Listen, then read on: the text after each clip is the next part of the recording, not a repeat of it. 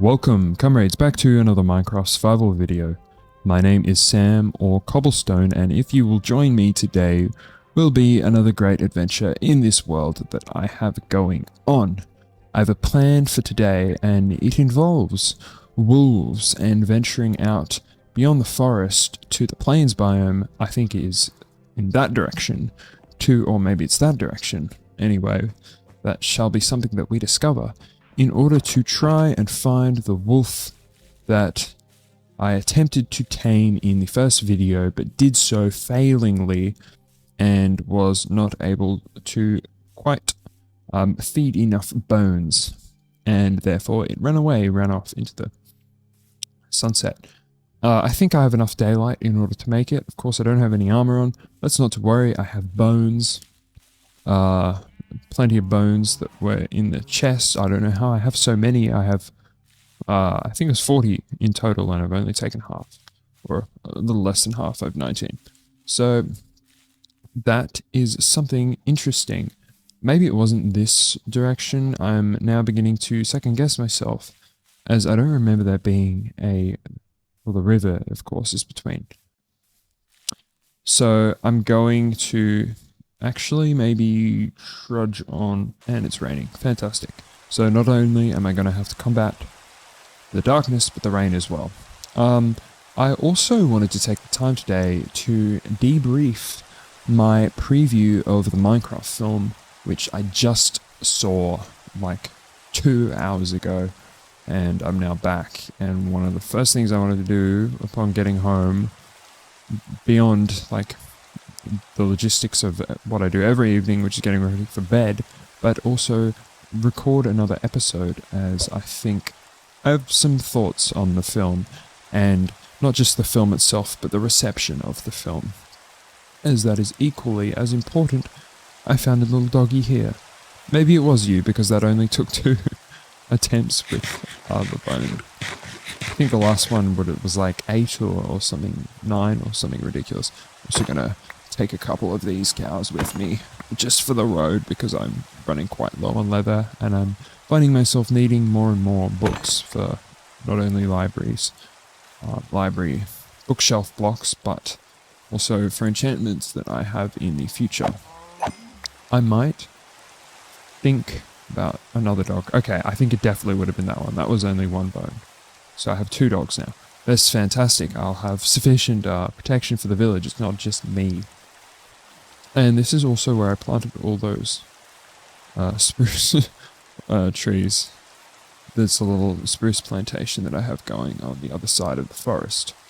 Maybe you can get here without having to cross the river, but that will be something I find out once in this direction. Yeah, so the Minecraft film. All in all, perhaps this is a controversial statement. People certainly have their opinions, and they're divided as to whether they liked it or not. I found that it was a good film. I didn't hate it. I certainly did not hate it. I far from hated it. If anything, I enjoyed it. I had a good time in the theatre. I saw it with my friends.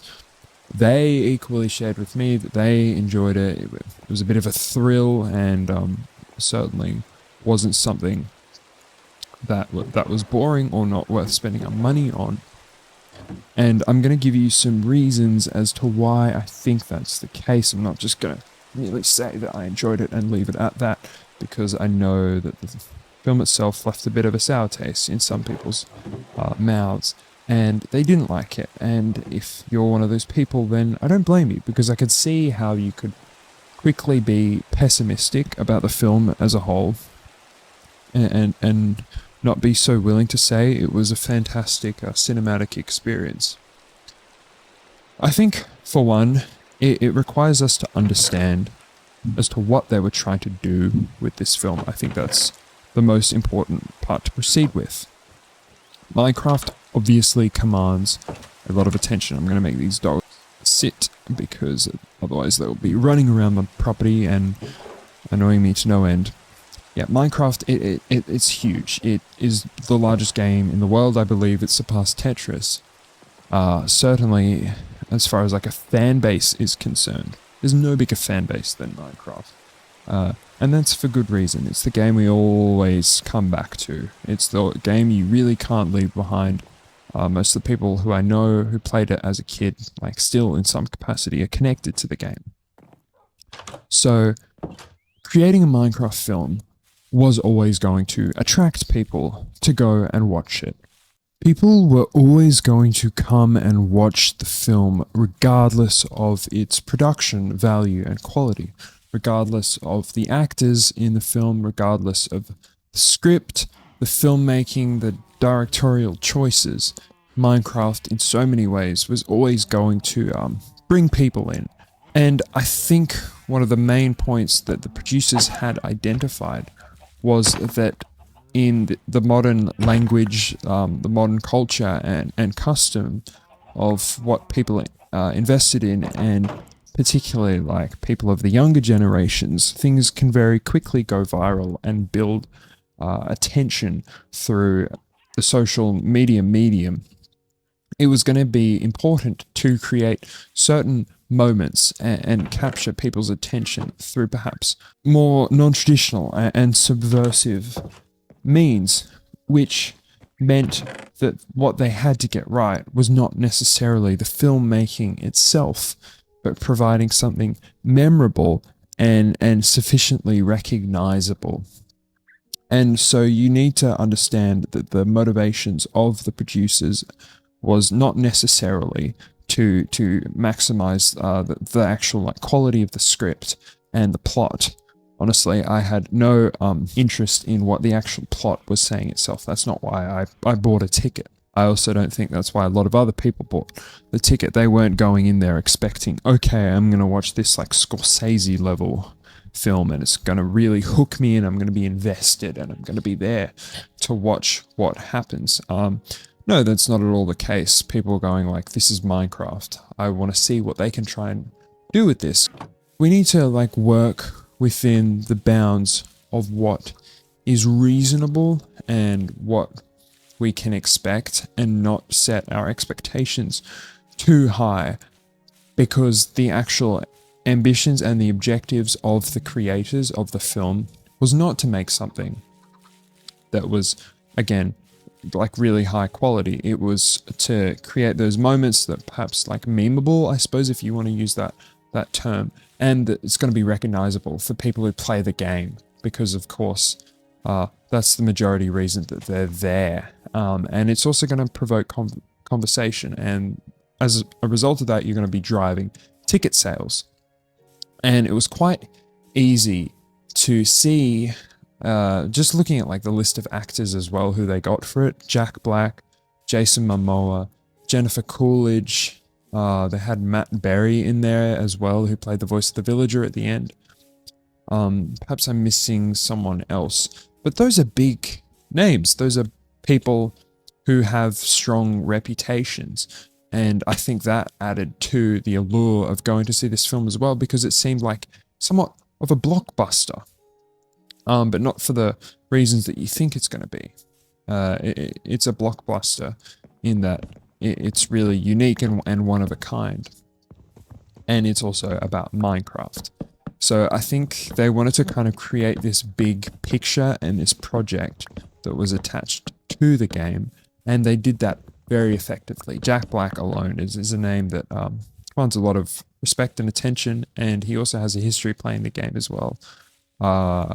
People perhaps who don't even like know Minecraft that well might even know that he is somewhat of a gamer. Jack Black would no doubt have an interest in marrying himself to Minecraft, sort of intensity and passion that he was able to bring to it, because it's something that is quite close to his heart.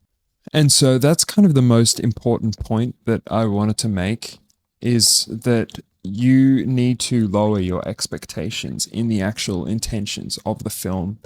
If you are not familiar with Minecraft, then much of it's not going to make sense to you, and you're not going to enjoy it, and you're going to walk away with a sour feeling.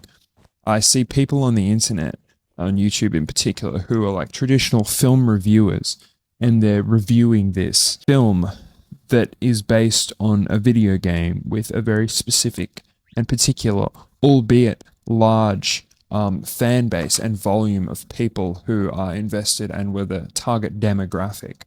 And so you would think that the producers would be catering to that demographic, many of which are under the age of 10 years old. And that really does show in the film. And those people are probably upset or jaded by the whole experience, is because they were expecting something that has commanded so much attention and time and resources to be better than what it actually was. But I think they're just fundamentally misunderstanding the fact that this was, yes, for children, and it was also not really trying to like do set the world on fire as far as like the cinematography and the quality of the CGI and the scripting and the acting and everything in between. People are also attacking Jack Black, I see, because they were thinking he should have like embodied the character of Steve more than Jack Black, like as himself. If you know Jack Black in any depth, you know that he's actually a lot like that in real life. That's kind of how he acts. Well, I'm going to do something a bit more productive in the background rather than run around my world. But I don't think that criticism of Jack Black is the fairest comment. I think he did a good job. He brought a lot of energy to it. He's a name and a person that people love and respect. And again, I feel like he was passionate about it. And the passion was, to me at least, pretty obvious. It's obvious that this is something he cares about, at least in some way. And he made it cool. Whether people agree with that or not, that's kind of beside the point. And I'm also going to provide a bit of a descriptive account of what I would have expected from a Minecraft film, as I think it was very early on when people first kind of floated the idea. It was first entertained that one day we might have a Minecraft film, and people had hypothesized what that would entail. I'm going to share with you what I hypothesized a Minecraft film would look like. Whether that's right or wrong, kind of not really that important, but I can do that in a minute. There is a film technique that I want to talk about briefly, and that somewhat is related to the last point that I made, and that is called intertextuality. And if you're familiar with like film making or scripting in any way, this is kind of, I'll do this quick, it's not that important. Intertextuality, it doesn't neatly map on to what was going on in the film. I've used that term loosely. I know that there's a more academic way of approaching intertextuality. It refers to referencing things from other texts or other mediums or resources and applying them to the text or the medium that you're watching. So to put that more basically, it's just providing references to other things that people are going to be able to quickly identify with and associate with. It's commonly done in film, and it's very prevalent in today's day and age, and the landscape of cinema that is being produced is where you want a like cheap sort of grab and win from the audience, is rather than divining something that is very unique and perhaps follows the principles of traditional film. All you'll do is just drop a reference in there to something else, and then people are immediately like fascinated by that reference. It's commonly done in like superhero films, for instance, like Avengers. You see like this intertextuality in that there are so many superhero characters that are all brought together in one film, and that kind of creates something that is interesting. And what I think was happening here is that the producers of the film knew that they had to put as many references to the game in there as possible, because that's what people were going to be looking out for. In fact, that was the reason that I wanted to go see it, as I wanted to see the world of Minecraft brought alive and all the references that would entail, and that would be computed to me through the theme and the technique of intertextuality. And I'm kind of getting into like an English text analysis here, but that was obviously something that I found really enjoyable, and no doubt a lot of other people found it enjoyable as well. Sitting there thinking about the fact that here's this game that I started playing like so many years ago, and I couldn't have possibly ever predicted that in 14 years time, however long that it was, it would end up being the game that it is today, and the world would be the way that it is today. And not only that, there'd be this film produced about the game that would include actors such as Jennifer Coolidge and Jack Black and the guy from Game of Thrones, Jason Momoa. Like, it's crazy. It really is weird. That was a bit of like of an out of body, well, not so much out of body, but it was just a strange feeling that came over me. I needed to think of names for these dogs as well. I was thinking maybe I could call one Dennis, but I think that's a bit on the nose and unoriginal, and a lot of other people are going to be calling their dogs Dennis. For the uninitiated, Dennis is the name of the dog in the film. I haven't really spoiled anything there. It's not like a major plot point or anything that I've given away. Yeah, I'm really not doing anything productive in the background, but I want to keep talking about the film. So that is what I am going to do now. What else was on the agenda for me to talk about? I actually thought that the style of the world that they created was pretty good. I don't think that that was bad.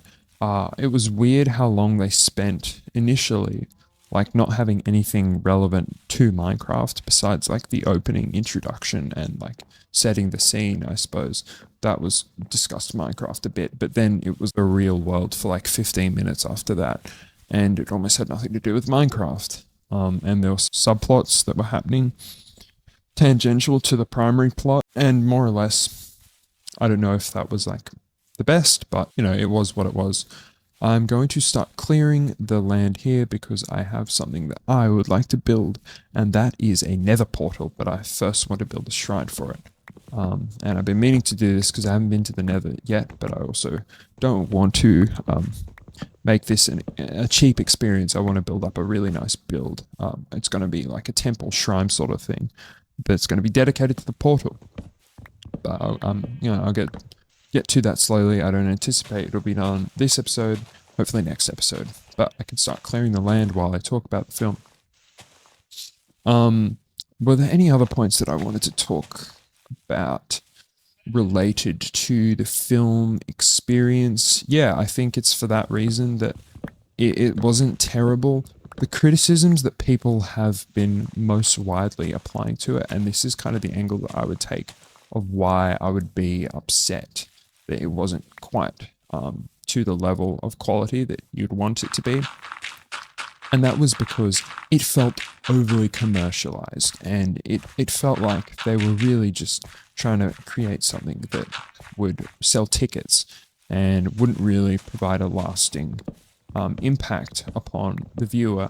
And as a result of that, they kind of tokenize and they sought a cheap win from somewhat like plundering this fantastic game that we all know and that we all love, and they just threw out like as many references to Minecraft as possible and these like cheesy lines, and it felt very Hollywood-esque, and you can see that there weren't any like deliberate choices to make something like really cool or with a great script. It was just all about like doing this really inexpensive film and like almost pigeonholing it in a way, like not being ambitious enough with what they were doing, and as a result it felt like a bit artificial and corporate-y and commercialized, which you quickly do gather watching it is that this very much is a commercial film. There's absolutely no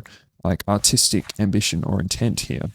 And I think I've cleared out or raised this little area here for a lovely little shrine. It's going to be made out of stone. So I'm going to go collect some andesite stone and cobblestone. It's going to be like a sort of Aztec temple on a very small scale. That's what I have intended over there. But yeah, I think the attacking it for how corporatized it is, that would be the angle that I would take, as everything is corporatized these days. And Minecraft is a game, obviously, we've said it all before, it's very close to people's hearts, it's pure. It started out as an indie game, it was independent, it wasn't made by some major video game company. And because of the size of the origins of the game, you don't want these billion-dollar companies to get their hands all over it. and really ruin it and turn it into something that it never represented. I don't want to get absolutely demolished by this skeleton here, so I'm going to do my best to fight him off. Fortunately, I have a shield.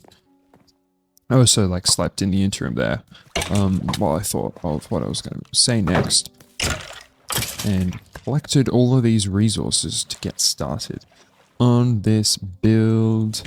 I'm probably just going to do like the layout and then do the actual planning, perhaps in the next episode, or off camera, and then I'll do the build next episode.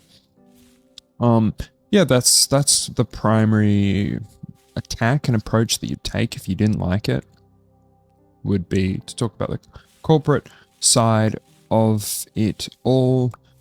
I found the like cameos by certain people when they were at the sale of the garage. Dan TDM was on the screen, and I think there was another YouTuber there.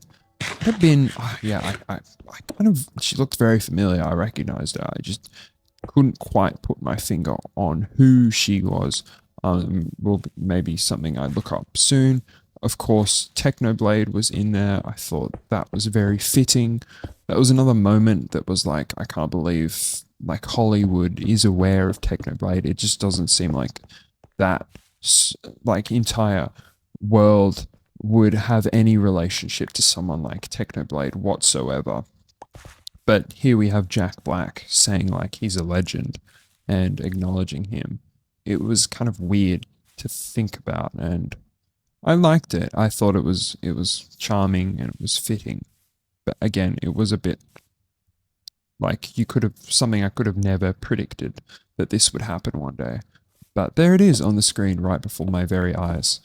I'm going to do most of this out of cobble, and then at the end, I'm going to go back through and have a look at how I can improve it. But the first layer is going to be in cobblestone.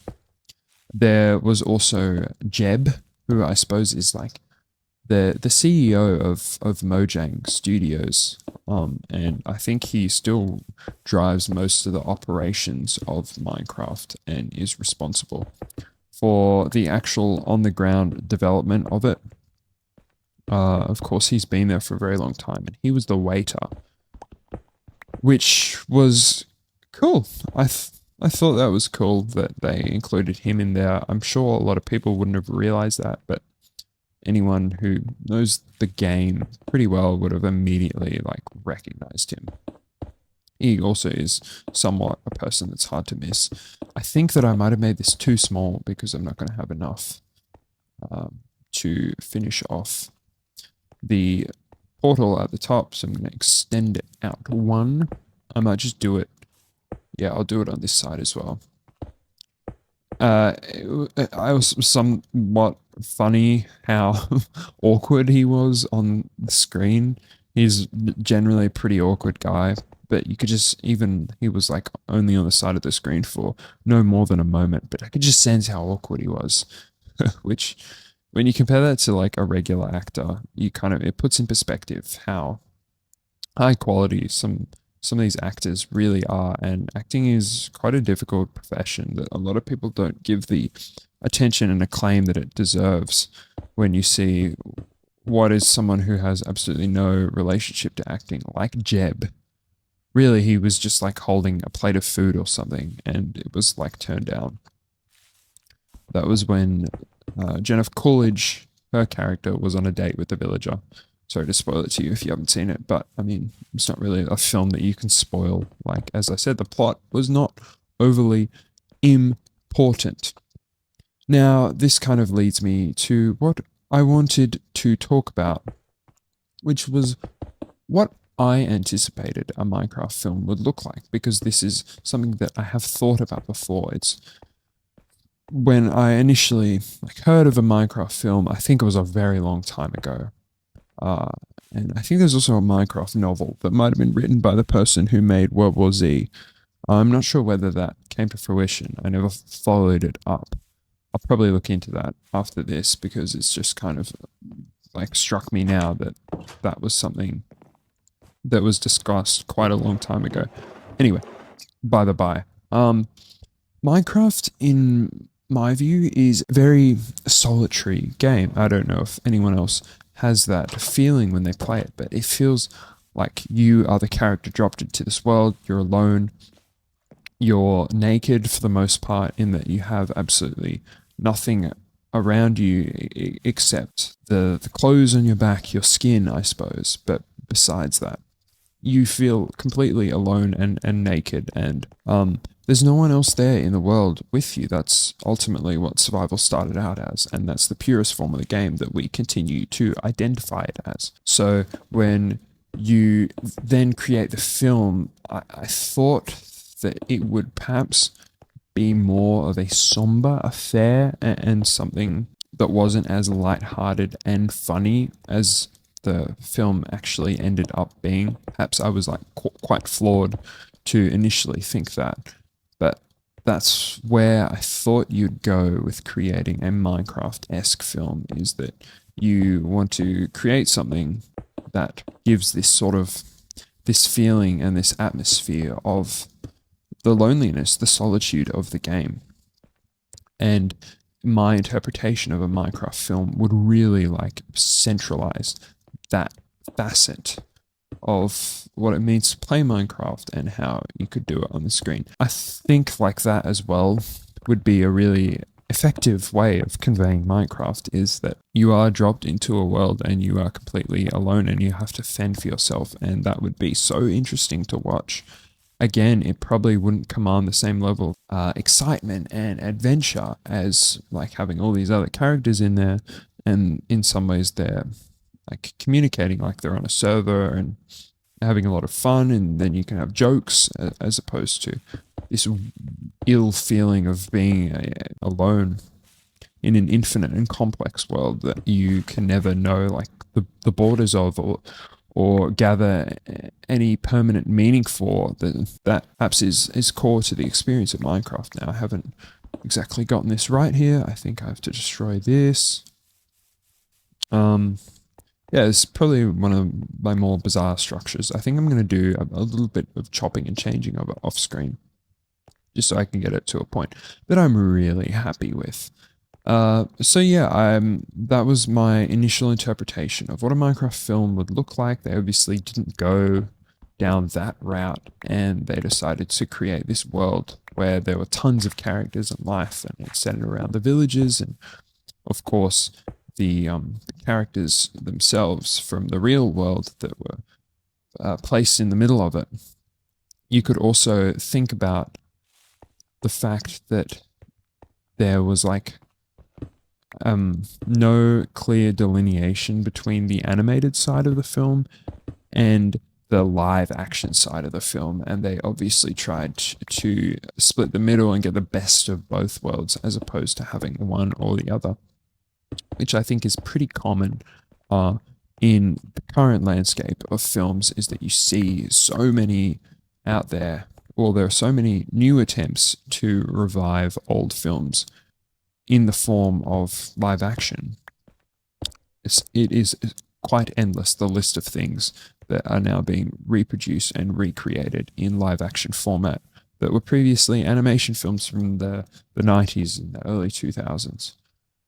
I mean, where is it going to end? I seriously think they're just going to continue to produce these types of films on and on endlessly until, I don't know what happens, until there are no more. And then perhaps we'll go back to animation films for a while before these live action films and the next cycle become dominant and popular once more. I think there is no originality in Hollywood today. It's very difficult to find something that is completely original and unique to it. It seems like all the ideas that have been done before and have been successful, instead of then trying to find new ideas, there's a certain economic certainty in just repackaging something that already exists. And that's where that theme of intertextuality comes back somewhat. It's like dropping in references and recognizable elements into something that is broadly unique. And, you know, it's a safe bet. It really becomes a safe bet there's a certain amount of certainty in creating a Minecraft film that you will do well as far as sales and gross revenue, is because people are just going to buy the ticket. Simply, they recognize it. And it's a brand that's already succeeded. So, it's a very long-winded way of summarizing my thoughts on the film. If you're watching, then let me know in the comment section below whether you agree with me or whether I've missed something out, whether my take is incorrect. There we have it. In the flesh, obviously I haven't put the portal on the top. I'm going to try and find some ways of making it look a bit more interesting. It looks like a big block just kind of thrown up onto the ground. But I think having the portal, maybe I'll extend it out one more this way so I can have the portal in the very center. I think there's only 4 blocks here. Yeah, that's correct. Otherwise, it is symmetrical. I'll just move it out in this direction one. But I'm somewhat happy with that. I don't think it looks terrible. You could just do with some improvements. And I will do that off camera. But thank you for watching this video. I've more than belabored the point of explaining to you my thoughts on the Minecraft film. It was a good film, all in all. That's where I'm going to leave off. In the same place that I signed off last video. My name is Samuel Cobblestone. I hope to see you in the next one. Good afternoon, good evening, and good night.